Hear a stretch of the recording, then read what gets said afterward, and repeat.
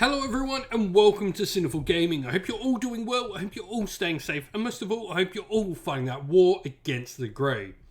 Today's video, we're going to start collecting Warhammer 40,000 with just 2, maybe 3 box sets. And I'll explain that throughout the video on what I mean by 2, maybe 3, depending on how you want to go about this. Now, in this, we're going to look at the Thousand Sons. So we're going to look at 2 particular box sets, the Combat Patrol and the Boarding Patrol box sets, and combining them together to make us a 1,000 points army for the Thousand Sons in Warhammer 40k. Now we're going to go through the contents of both box sets, talk a little bit about the units in both of these box sets, and then at the end of the video we'll show you the army list we've put together. So let's start off. First of all, we have the Thousand Sons Combat Patrol. Now this box set is led by an Infernal Master, which is one of the many HQ options we have for the Thousand Sons. This model will come standard with an Inferno Bolt Pistol and Force Stave. It is a Psyker, as you expect from all your Thousand Sons character. It can attempt to manifest 1 psychic power and deny 1. It'll know Smite, and it'll know an additional psychic power either from the Discipline of Change or Discipline of Vengeance.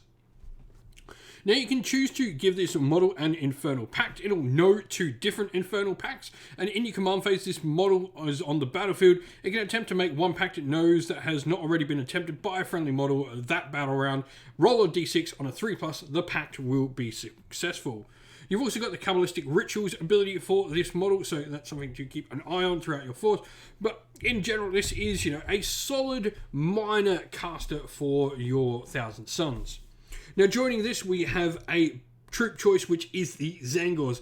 Tzaangors are going to be a more dedicated combat unit. You can either be equipped with Tzaangor Blades, which will be -1 AP damage or 1, but they'll get to make an additional attack, or you can go for the Chainswords, which won't have any AP, but they still will get the extra attack, but you can also take auto pistols on them, which are a pistol 1, strength 3, no AP, damage 1 weapon. Other than that, you can take Brayhorns and Herd Banners. This will allow you, for the Brayhorn, to add 1 to your advance and charge rolls. And for the Herd Banner, each time a morale test is taken, you can re-roll the morale test for the unit. Other than that, they're just a dedicated combat unit that's going to get in and go do some fighting. Now, the last unit we have inside this box set is a unit of Scarab Occult Terminators. These are an elite option for the box. Now, Scarab Occult Terminators, they can have their unit leader, which is the Scarab Occult Sorcerer. He can have a couple of different psychic power options. You'll have the Arcane Automata ability, where each time a morale test is taken, they automatically pass for the unit. Terminator Armor will give you a 5-up invuln, and indeed, you've got that 2-up save. And all is dust. Each time an attack with a damage characteristic of 1 is targeting this unit, you add 1 to any armor saving throws. In addition, models in this unit do not suffer the penalty 40 hit rolls for moving and shooting with heavy weapons. Speaking of heavy weapons, they can choose to either have the Heavy Warp Flame, which is heavy d6, strength 5, -2 AP, damage 1 that auto hits, or the Soul Reaper Cannon on 1 in every 5 models in the unit. This is, for the Soul Reaper Cannon, a heavy 5, strength 6, -3 AP, damage 1 weapon. You can also put the Hellfire Missile Rack on your Scarab Occult Sorcerer as well. Heavy 2, strength 8, -2 AP, damage D3 as well. And so then we have the Boarding Patrol box set. Now again, this doesn't contain many different models. This does get you 20 Rubric Marines, which is 2 squads of Rubric Marines. They are a troop choice for the Thousand Sons. Much like your Scarab Occult Terminators, you're going to have the Arcane Automata and All is Dust special rules.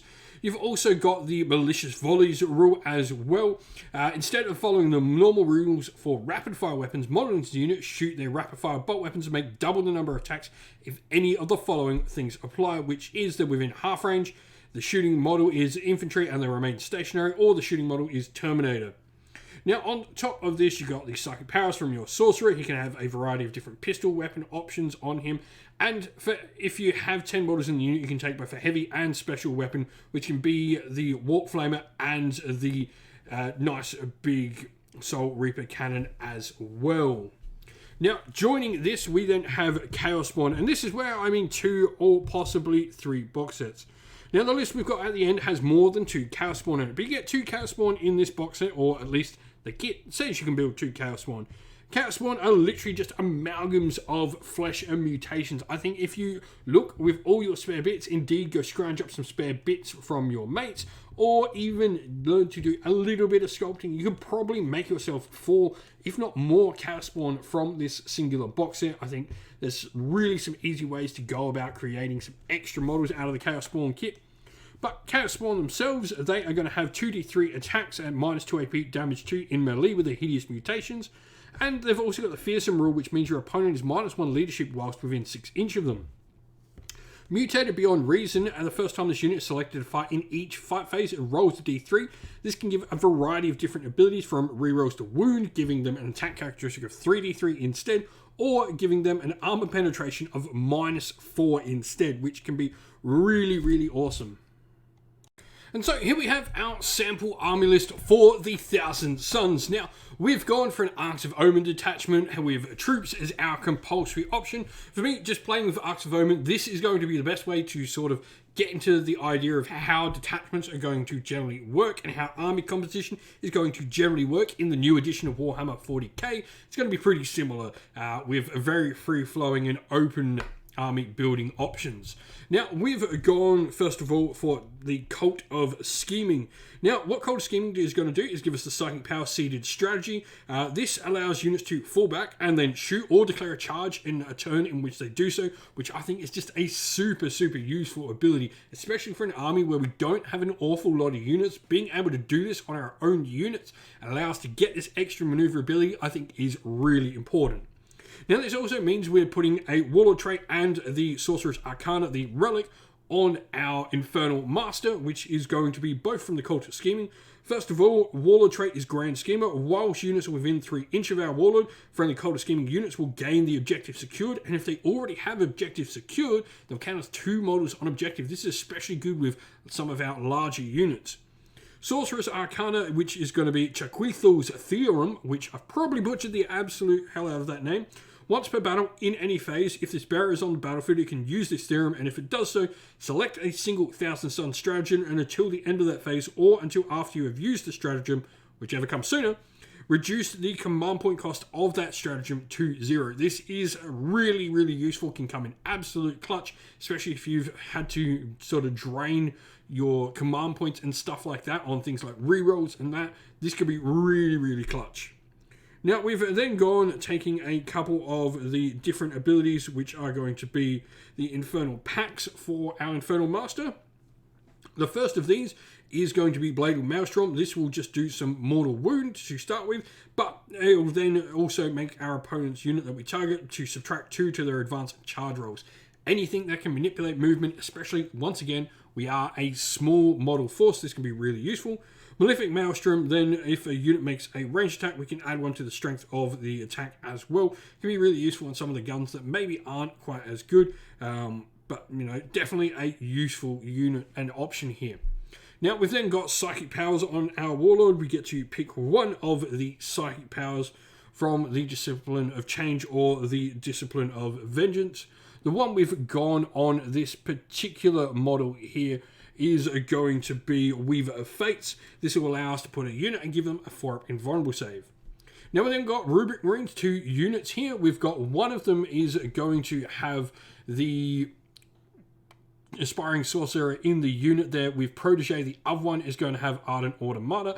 Ardent Automata is a fun little ability for our Legion Command.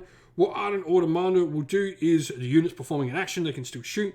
Protege will give us an additional psychic power, and then we've also got on our Scarab Occult Terminators, while we're at it, we have got the Rite of Coalescence, which will allow us to heal all wounds to 1 model in the unit per phase. Now, speaking of psychic powers here, really, it is up to you what psychic powers you want to pick here, but I find having ones that sort of suit the units are particularly nice. So with our first unit here, we've Protege, so we're going to get 2 psychic powers. We've gone to start with the Glamour of Tzeentch. What Glamour of Tzeentch is going to do for our units is we're going to be able to make our opponent's units -1 to hit if we're targeting a unit we cast this on. And we've also got the United Tzeentch Firestorm for some just direct damage dealing. Our other unit of Rubric Marines will have Twist of Fate. What Twist of Fate will do is we can target an enemy unit and they can't use invulnerable saves. Really cool. Then we've got our Zangors in here. Auto pistols and chainsaws, I think, are my preferred way to go. And then we've got the Scarab Occult Terminators. All the options upgraded as much as we can. And then we've got Cacodemonic Curse as our psychic power in here. This one allows us to pick an enemy unit and we can subtract one from strength of ranged attacks. This is particularly useful for a Terminator unit, which is probably going to see more people trying to shoot them off the table than actually engage them. Our last unit here will be a unit of 4 Chaos Spawn, and that will round out our force. If you've got some ideas on how to put together a Thousand Suns army using these 2 particular box sets, let us know down in the comments below. And so that's the end of the video. We hope you all enjoyed it. If you did, please don't forget to leave a like and subscribe to the channel if you haven't already. If you'd like to come chat more with me and other members of our fantastic little community here, we have a Discord server which is linked down in the video's description. Also linked down in the video's description are the best ways to help support the channel. If you would like to, you can do so either by YouTube members or Patreon, or by grabbing yourself some merch at Teespring or at our Ko-fi store. All of them are linked down in the video's description. As a special thank you to our Patreons and YouTube members, we'd like to give you all a shout out. So thank you to our Patreons: Christian Weir, Soren, Kenny Lowe, Outer and Shot First, Andrew Bowen, The Rising Ape, Q Dynamic, JJ Austrian, Average Wargamer, Domir, Mark Harvey, James Cater, Benjamin Swallers, Redman, Iron Grinch, Nicholas Colomos, Colorblind Magic, Grimscold, and Andy C. And to our YouTube members of Green Rich Gaming, Ronya, Lock Lorick, The Johnny84, David Ellsworth, Wolfric Nick, Baroque Chef, Ariana Edwards, Revenar, Pink Nico Fire, Robin Mankiller, Monty's Tabletop Terrain, John Castle, Davis Weird, James Tillman, Gargamel196, and Disco. Lastly, a special thanks first of all to Lady Witchfox Art, who does all the amazing artwork for the channel, everyone who helps come and provide the games for everyone to watch on the channel as well, and indeed all our fantastic mods and members of the community who keep our Discord and comment section a fantastic place for all to be. Thank you all once again, everyone. Stay safe, stay well, and most of all, keep fighting that war against the Grey. Ciao for now.